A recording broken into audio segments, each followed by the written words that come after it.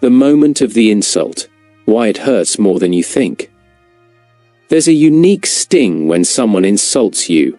It's not just about words, it's about what those words imply. Deep down, an insult challenges your standing in the invisible hierarchy of respect.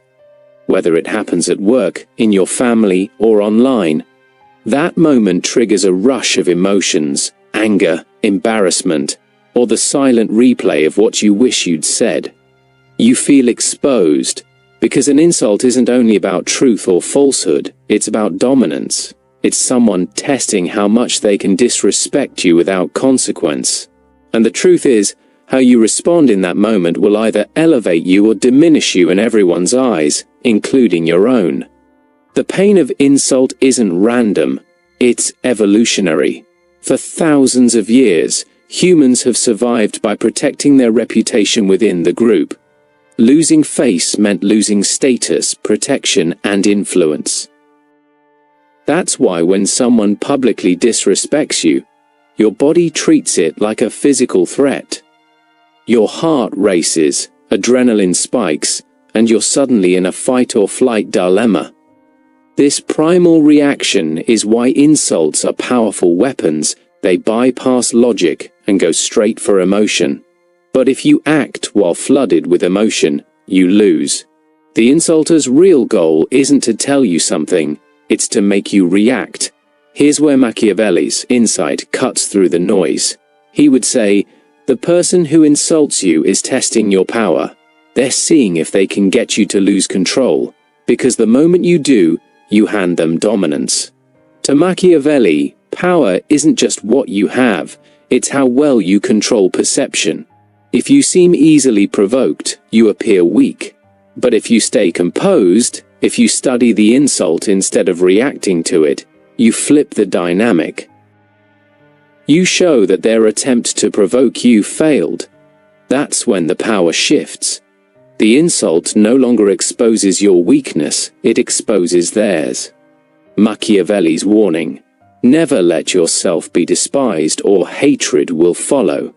In The Prince, Machiavelli warns that for any person seeking influence, whether a ruler, a leader, or just someone navigating human politics, one of the greatest dangers is becoming despised. Once people see you as weak, foolish, or easily humiliated, you lose not only respect but control. The insult becomes a virus that spreads. People start testing boundaries, speaking over you, underestimating you. Machiavelli wrote that a prince must avoid being despised at all costs, because contempt is harder to recover from than fear or even failure. In our modern world, being despised translates into losing credibility. If others sense that you can be insulted freely, they stop taking you seriously. But Machiavelli also warns against reacting with raw emotion or revenge. He observed that rulers who act out of anger invite hatred, and hatred is more dangerous than contempt. An insult tempts you to retaliate, to lash out, to teach them a lesson. Yet every time you do, you reveal that their insult worked. You've become predictable, controllable. Machiavelli would say the wise person never lets an enemy dictate their moves. He wrote, "The first method for estimating the intelligence of a ruler is to look at the men he has around him. In the same way, the first sign of strength in a person is how they handle disrespect. The more controlled your response, the higher your value appears in the social game." In this sense, Machiavelli's darkest power lesson is not about revenge. It's about restraint. It's about learning the discipline of appearing untouchable. The insult isn't your enemy, your reaction is. By not taking the bait, you expose the weakness of your adversary. You turn their attack into a demonstration of your composure. Power, in Machiavellian terms, isn't the ability to hurt back. It's the ability to withstand attack without losing face. That's a kind of dominance that terrifies people. They realize you can't be emotionally manipulated, and that realization alone restores your authority. The psychology of power. why people insult you in the first place. People don't insult you because of who you are. They insult you because of what they feel when they're around you. Insults are projection, insecurity, or power plays disguised as words. When someone sees something in you that threatens their own standing, they often react by trying to cut you down. Machiavelli understood this centuries ago. He knew that people naturally envy power, competence, or confidence, and envy breeds hostility. The insult becomes a cheap way to equalize, a verbal weapon used to pull you down without risk. It's an illusion of superiority, a desperate attempt to regain control in a dynamic where they feel small. If you internalize this, you stop taking insults personally. You start seeing them as signals of weakness rather than strength. Machiavelli would tell you, observe who insults you, not what they say. Their tone, their timing, their need to perform the insult in front of others, all of it reveals motive. Some insult out of fear, some out of jealousy, some out of a desire to impress an audience. Understanding this removes the emotional sting. You stop feeling wounded and start feeling analytical.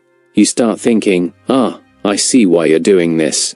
That shift, from emotional to strategic, is the birth of power. This is why insults can actually be useful. They show you who your rivals are, and where the lines of respect truly lie. Every insult reveals more about the insulter than about you. Once you see that, you gain the ability to decide how to play the moment.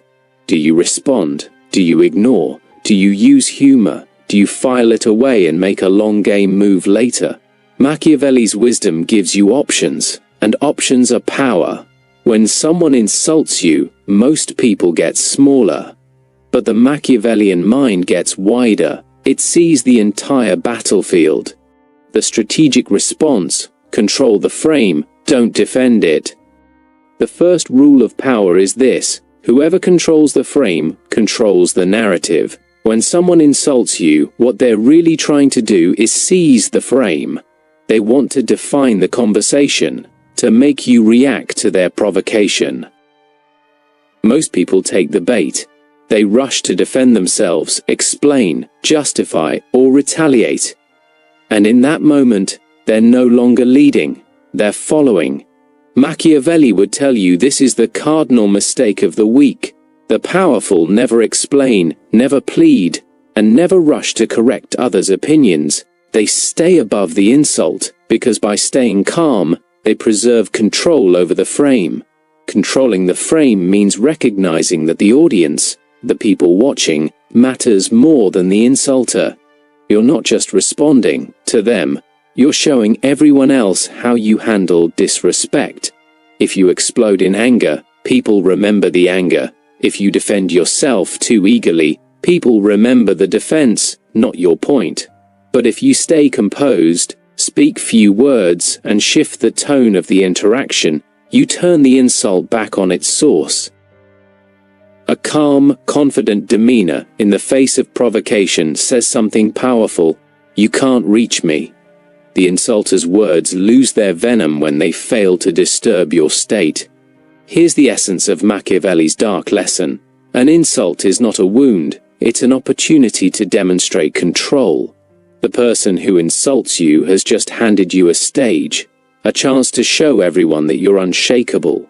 The more composed you appear, the more their aggression looks petty, childish, and desperate.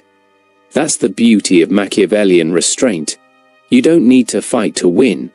You simply make your enemy reveal their own insecurity. By controlling the frame, by deciding what the interaction means, you reclaim power without lifting a finger. The art of silence, how not reacting, becomes the ultimate reaction. There's a reason Machiavelli advised rulers to think twice before responding to insults.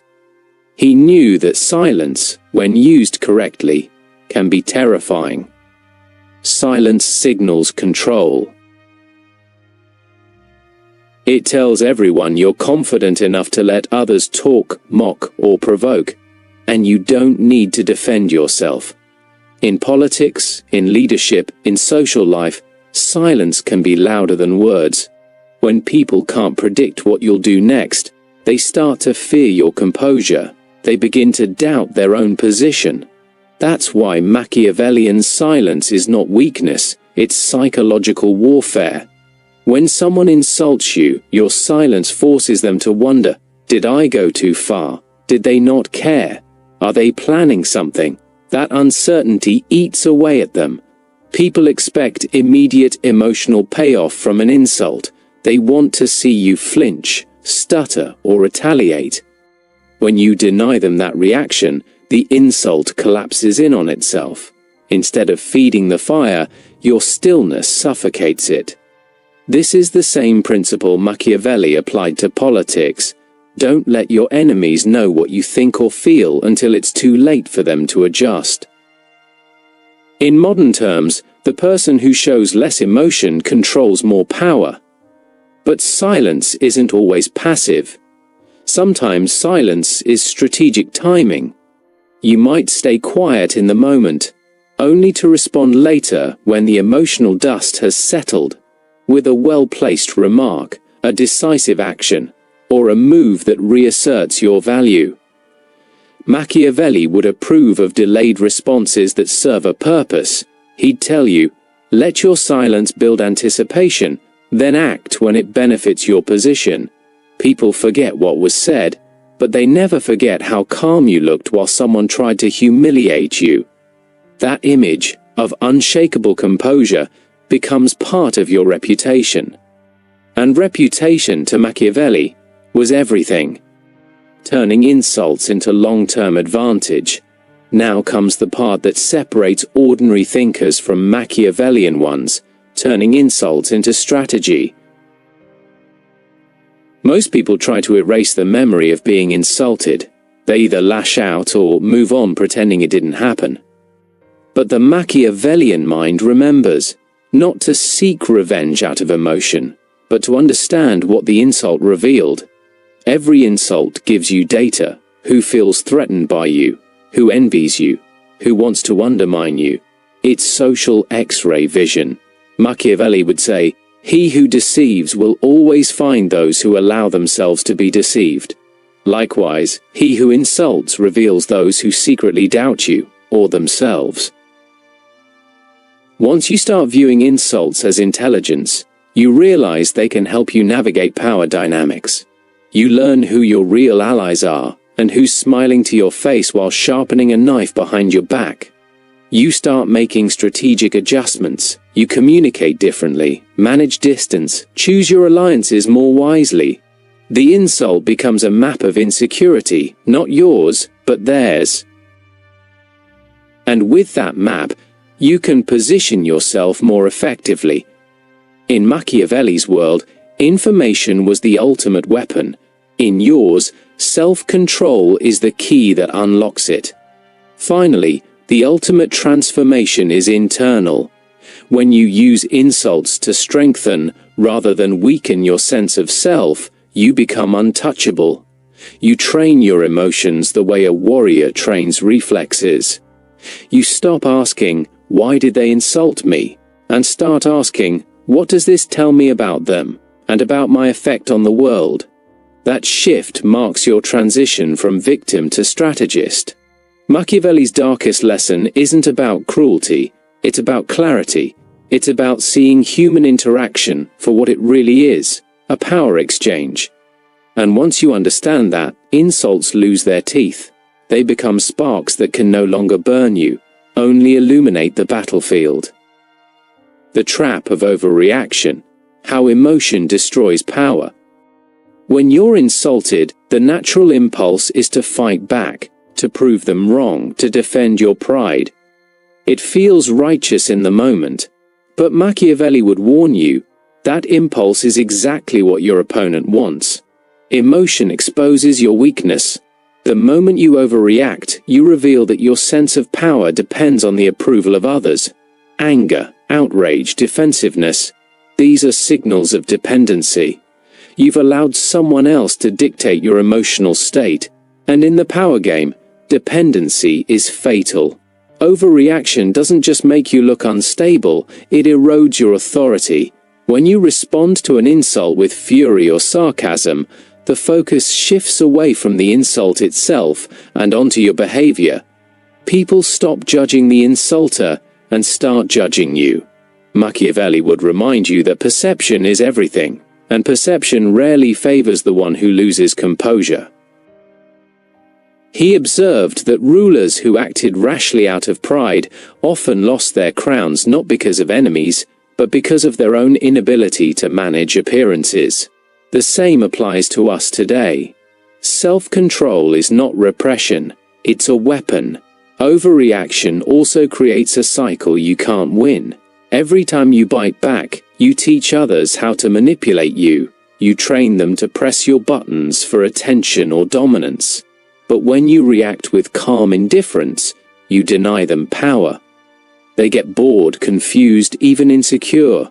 Machiavelli would call this turning the weapon. You turn their insult into a mirror that reflects their own insecurity. They expected you to explode. Instead, you made them look desperate.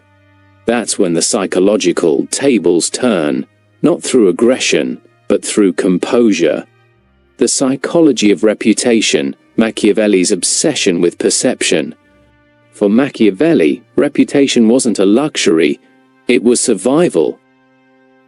A prince could have wealth, soldiers, or territory, but if he lost his reputation, he lost everything. Reputation, he argued, was the invisible armor that protected power. It determined whether others obeyed, respected, or betrayed you. In The Prince, he warned that even the appearance of weakness could invite rebellion.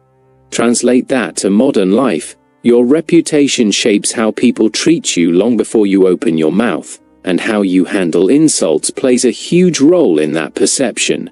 When you respond to an insult with grace and restraint, you reinforce an image of strength. You communicate that your worth isn't up for debate, that your sense of identity is self-contained. People admire that. It signals maturity, authority, confidence. But when you crumble or retaliate, you silently tell the world that your sense of self depends on public approval. That's when your reputation starts to decay. Machiavelli knew that appearances could become reality. If people believe you're strong, they'll treat you as strong. If they believe you're fragile, they'll handle you like glass, or break you for sport. Reputation also has a compounding effect. Each interaction contributes to a broader narrative about who you are. When you consistently respond to challenges with calm intelligence, people begin to expect composure from you, and that expectation itself becomes power. You no longer need to prove yourself, your reputation does it for you. Machiavelli's insight was that power is rarely taken. It's granted by perception. In that sense, every insult you endure is a test of reputation, a chance to strengthen the armor that others can't see but always feel. Calm dominance, the shield that no one can penetrate. Imagine someone trying to provoke you, but every insult bounces off as if you're surrounded by invisible glass. That's calm dominance, the psychological shield Machiavelli would call the highest form of control. It's the ability to radiate confidence so quietly that people think twice before crossing you. Calm dominance isn't loud or performative, it's silent authority, the kind that comes from inner control. Machiavelli wrote that fear can be useful, but respect is more reliable, and nothing commands respect more than the man or woman who cannot be rattled. Calm dominance begins with mastering your emotional energy. Every reaction you withhold adds to your power reserve. You start to realize that energy is currency, and wasting it on petty insults is like throwing coins into a fire. Instead, you invest that energy into your focus, your goals, your growth. The world starts to sense your steadiness. Even those who dislike you are forced to respect you. This is the paradox Machiavelli understood so well. Restraint is intimidating. The less you show, the more people imagine. And imagination, when mixed with uncertainty, breeds power. Eventually, calm dominance changes how insults affect you altogether.